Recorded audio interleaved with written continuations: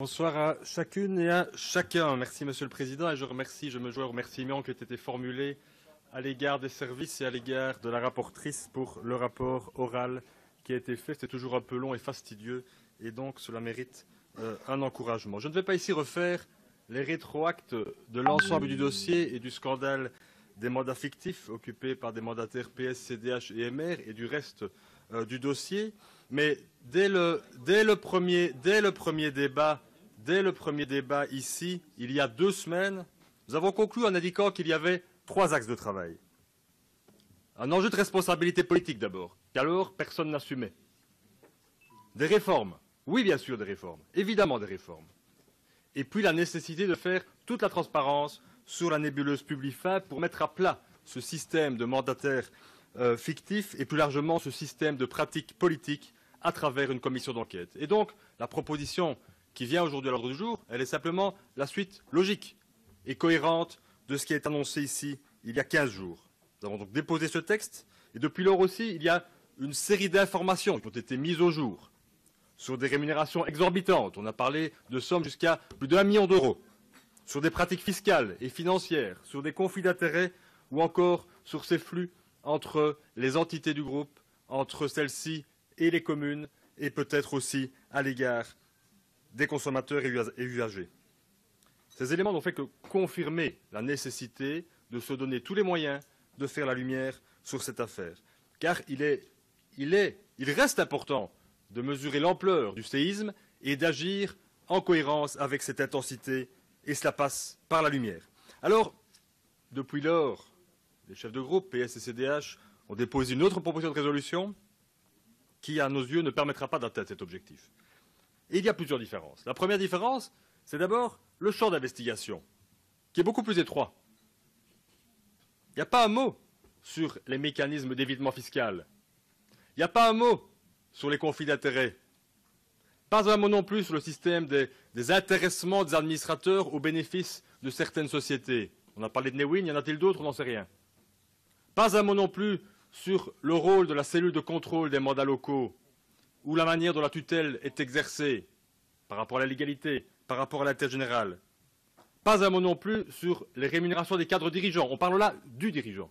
Les cadres dirigeants, les personnes qui ont des contrats en consultance, il n'y a pas un mot non plus. Alors on entend les déclarations, il faut arrêter avec ceux qui s'en mettent plein les poches. Mais ces éléments-là, eh bien, ils vont rester en dehors du périmètre de la commission que vous proposez. Le périmètre, il est également rétréci parce que, à certains moments, on parle du groupe, et bien sûr que c'est juste. Il n'y a pas un mot. Relisez votre déclaration.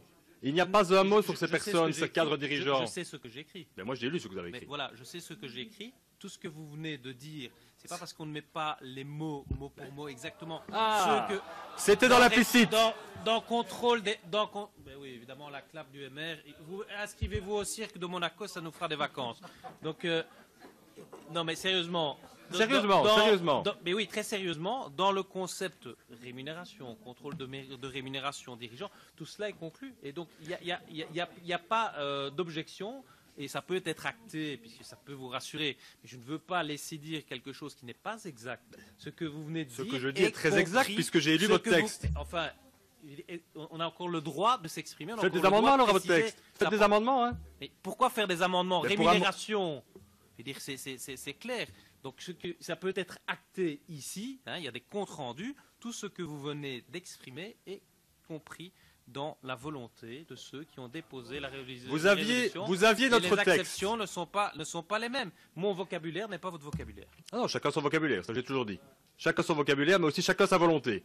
Et donc, l'ensemble des éléments que je viens d'indiquer résulte d'une lecture. Vous avez dit tout à l'heure en commission ce matin, je crois que c'était à M. Jolet, vous n'avez pas lu notre texte. Mais la différence peut-être, ou en tout cas, pour ce qui me concerne, c'est que j'ai lu votre texte. Et je l'ai comparé au nôtre. Vous aviez le nôtre, vous pouviez reprendre tous les éléments si vous le souhaitiez. Et ici, il faut faire dans l'implicite. Il faut se dire, ah ben tiens, le mandat n'est en fait pas celui qui est fixé par le texte. Le mandat est celui qui est fixé par une volonté émanante de la coalition gouvernementale.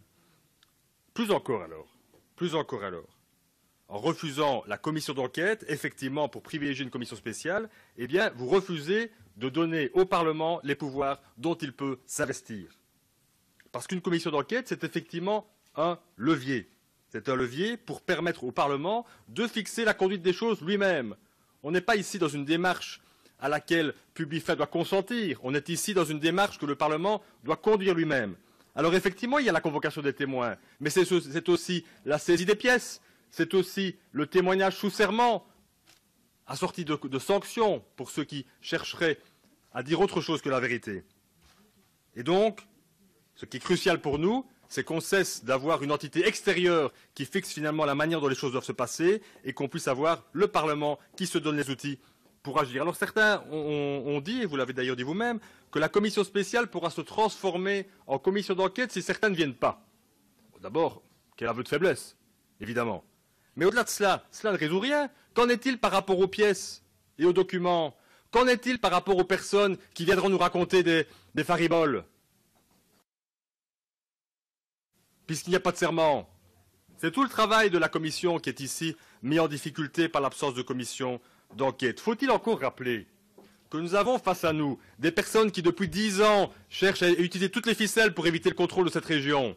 Faut-il rappeler que nous avons face à nous des personnes qui ne respectent même pas leurs administrateurs par rapport aux documents dans les réunions, par rapport à la manière dont on prend en compte les procès-verbaux? C'est tout ça aussi qui est dans le débat ici. Alors, nous avons entendu plusieurs éléments, je dirais plusieurs alibis, pour refuser cette commission d'enquête. On nous dit qu'il ne faut pas freiner les réformes. Très bien, personne n'entend freiner les réformes. Il y a un premier train que le gouvernement a annoncé. J'ai dit la semaine dernière qu'il y avait des éléments positifs. J'ai aussi exprimé la semaine dernière de gros doutes par rapport à la réelle volonté quand on voit certains calibrages, certains millimétrages de certaines mesures. Mais nous en discuterons, bien évidemment. Et il faudra un deuxième train. Mais en tout cas, personne n'entend bien sûr freiner quoi que ce soit. Et je ne vois pas non plus d'interférence avec le travail de screening que le gouvernement est en train de mener sur les intercommunales. Comme je l'ai dit ce matin en commission, bien évidemment qu'il ne s'agit pas ici avec cette commission d'enquête de travailler d'emblée sur l'ensemble des intercommunales. Ce serait la meilleure manière de ne pas aboutir.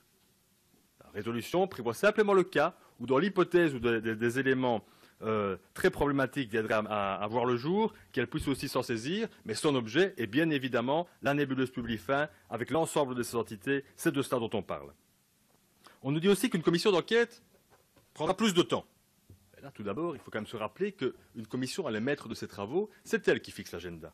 Il faut peut-être aussi dire que il faut agir rapidement, bien sûr, mais pas non plus avec une précipitation. On voit la course de vitesse dans laquelle le gouvernement essaie de nous entraîner depuis une dizaine de jours pour vite passer à autre chose. Il ne faudrait pas non plus, parfois, ne pas avoir juste le temps de réfléchir pour éviter parfois des surenchères sur certaines propositions, plutôt dans le chef du gouvernement, qui apparaissent un peu interpellantes. Et puis, parler du temps quand on sait qu'il y a des décrets qui ont été adoptés il y a plus de 2 ans et demi et que le gouvernement a mis à la poubelle ou au congélateur, je veux dire, c'est aussi, de ce point de vue-là, assez culotté.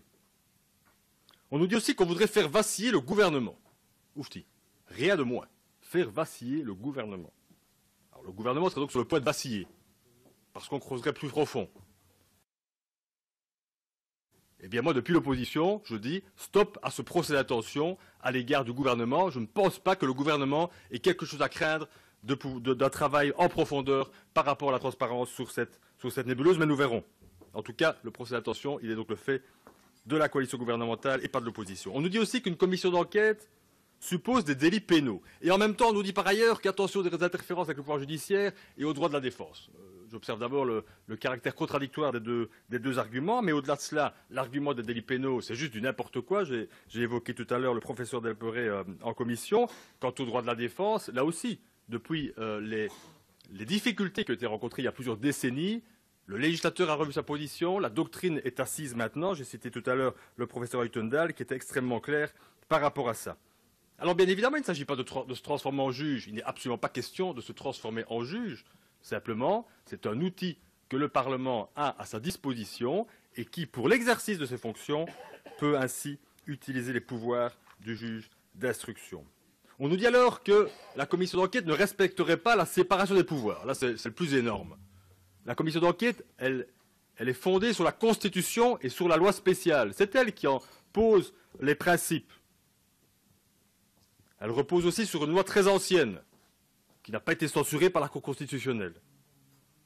Ce pouvoir est d'ailleurs souvent utilisé par la Chambre. Alors, on a entendu les deux chefs de groupe de la coalition se focaliser sur le Kazakh-Gate, en disant « Ah, le Kazakh-Gate, c'est pas tout à fait pareil ». Pour ce qui me concerne, j'ai jamais dit que c'était pareil. Le Kazakh-Gate est aussi une affaire d'État extrêmement problématique, et il est bon qu'un autre Parlement s'en soit saisi avec tous les leviers d'action. Mais il n'y a pas que le Kazakh-Gate. Depuis 2000, je m'arrête à 2000, on pourrait monter plus loin, et certaines commissions d'enquête font partie de l'histoire, réellement, de notre pays. Mais depuis 2000, il y a eu une commission d'enquête sur la dioxine, sur la faillite de la Sabena, sur la crise financière et Fortis, sur la fraude fiscale, sur le commerce des ressources naturelles dans les Grands Lacs, en Afrique. Et actuellement, donc, 3 commissions parallèles, non seulement le Kazakh-Gate, qui vous préoccupe beaucoup, et qui nous préoccupe beaucoup, mais pas seulement pour l'utiliser dans le débat ici, et puis aussi Optima, et puis aussi les attentats. Et donc, pourquoi donc ce que la Chambre est capable de faire, notre Parlement ne pourrait pas s'en saisir? Il n'y a pas d'argument. Notre Parlement revendique à juste titre. Notre Parlement revendique à juste titre d'être considéré comme un Parlement à part entière, avec des pouvoirs et des pleines prérogatives. Il a d'ailleurs joué un rôle majeur à l'échelle internationale avec l'enjeu du CETA. Et si je l'évoque ici, c'est pour m'en réjouir. Me réjouir que notre Parlement se soit saisi de l'ensemble des prérogatives dont il disposait, même si j'étais très triste de la manière dont l'affaire s'est conclue. J'espère que ce n'est encore qu'une première mi-temps et que nous aurons l'occasion d'y revenir à l'échelle de la ratification. Mais au-delà de cela, pourquoi donc ne pourrions-nous pas ici agir avec la force requise par les faits devant lesquels nous sommes confrontés? Si le Parlement wallon ne fait pas une commission d'enquête devant un scandale pareil, mais quand donc en fera-t-il? Et je dois m'étonner de ce que ce sont des voix fortes du combat régional qui aujourd'hui plaident finalement pour un Parlement à petit braquet. Alors, on vous a donc exposé les raisons pour une commission d'enquête et les motivations qui nous animent. Il n'y a eu en fait pas de réponse réelle par rapport aux raisons de ne pas en faire. Il reste donc une question. De quoi avez-vous peur? De qui avez-vous peur? Et je voudrais alors m'adresser à tous ceux et toutes celles dans les rangs de la coalition gouvernementale qui veulent aller au bout des choses et qui sont mal à l'aise aujourd'hui. À ceux-là qui ont soutenu publiquement la perspective d'une commission d'enquête. À ceux-là qui, dans les communes, M. Sampaoli, ont manifestement la volonté d'en découdre avec la nébuleuse Publifin, à ceux qui veulent simplement que notre Parlement soit celui qui fixe la conduite des choses. En fait, il n'en faut que 5 ou 6 d'entre vous pour, à un moment donné, conduire à une majorité dans ce Parlement pour créer une commission d'enquête. 5 ou 6 qui, à un moment donné, se disent effectivement, il y a ici un moment, effectivement, il y a ici un séisme, effectivement, il faut que la réponse de notre Parlement soit à la hauteur de cette gravité, et effectivement, une commission spéciale n'a de spécial que le nom. C'est une commission d'enquête qui nous permettra d'aller au fond des choses. Et donc, faisons la lumière, faisons-le en nous donnant les pouvoirs d'aller jusqu'au bout des choses, et nous pourrons alors peut-être espérer rétablir la confiance.